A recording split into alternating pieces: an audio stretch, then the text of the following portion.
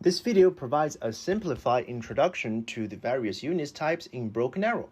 Some real-world military concepts are streamlined to help new players better understand the game.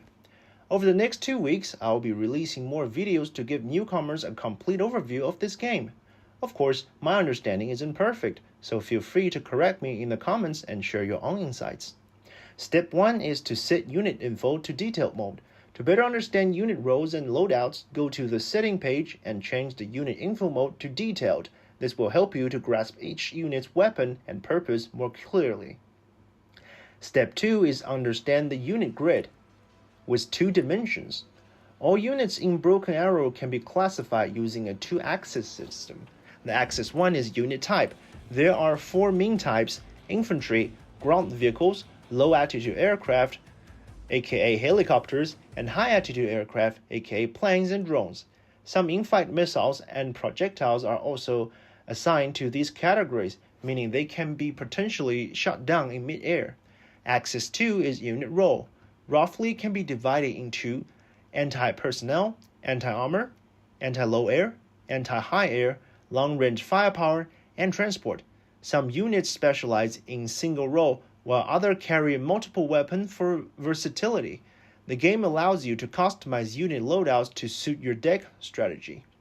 I'll be using this chart in this and future videos to help explain units clearly.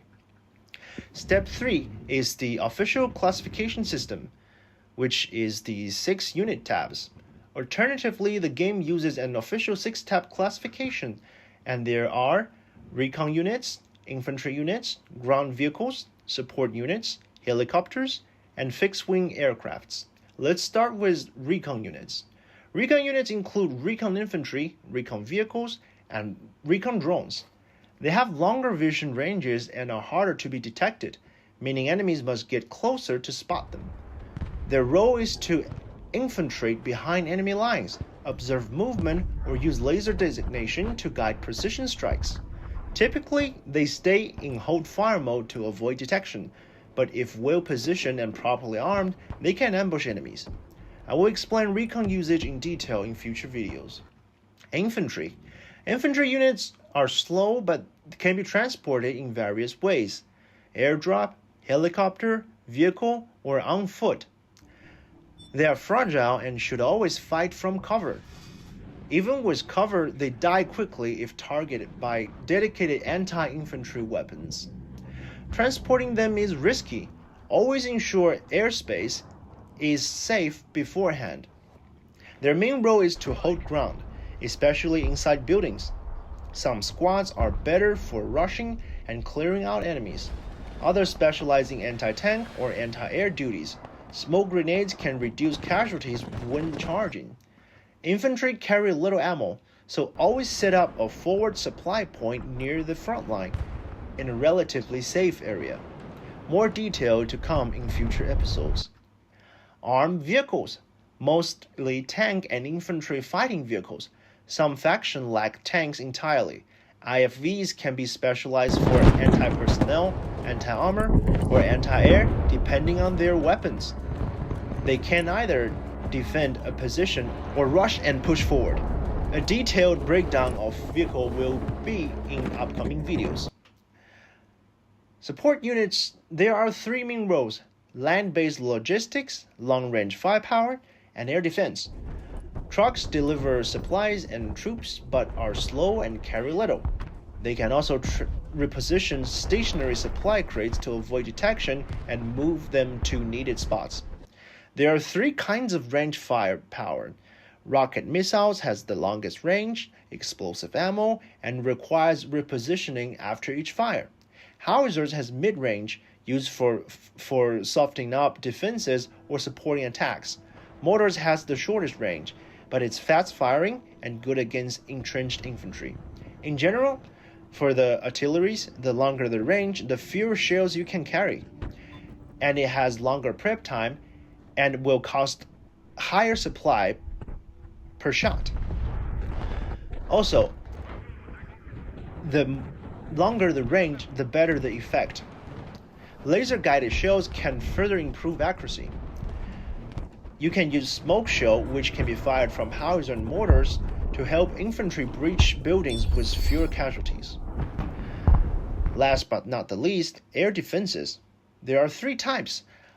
There is a battleground air defense, which is used with your units that are charging, and there are high altitude AA, which is used against the planes, and there are low altitude AA, which is used against drones and choppers.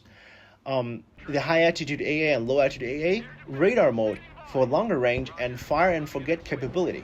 However, this makes them vulnerable to anti-radiation missiles. Some systems can intercept missiles and bombs and survive unless they're overwhelmed. Always place a supply crate near to AA units, but be aware of catastrophic bomb cook-offs if destroyed.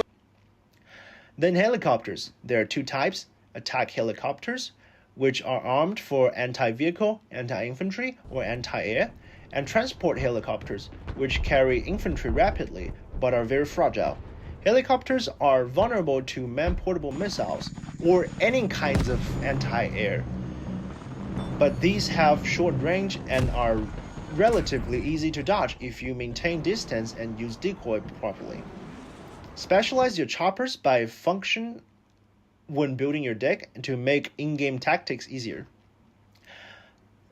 Last but not the least, aircraft. They have 3 primary roles. One is to take air superiority by shooting down enemy aircraft and secure airspace. The second is bombing runs. They are going to strike ground targets with guided or unguided bombs and cruise missiles. And then it's air transport. They can quickly deploy small squads, vehicles, or supplies.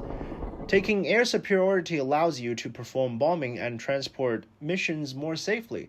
Airstrikes has 2 types. First one is guided missiles. They are precision strikes, but they can be intercepted, and they can be fired from a very long range. Then it's bombs.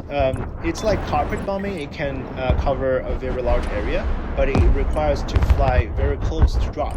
Airdrops are fast but extremely dangerous. Entire squads can be lost if intercepted. Most games start with early air skirmishes to seize air dominance. At that time, don't deploy air transport recklessly, or you will lose thousands of points and face long cooldowns. So that's all for this video. If you have enjoyed it, please like, subscribe, and share it with your friends who needed it.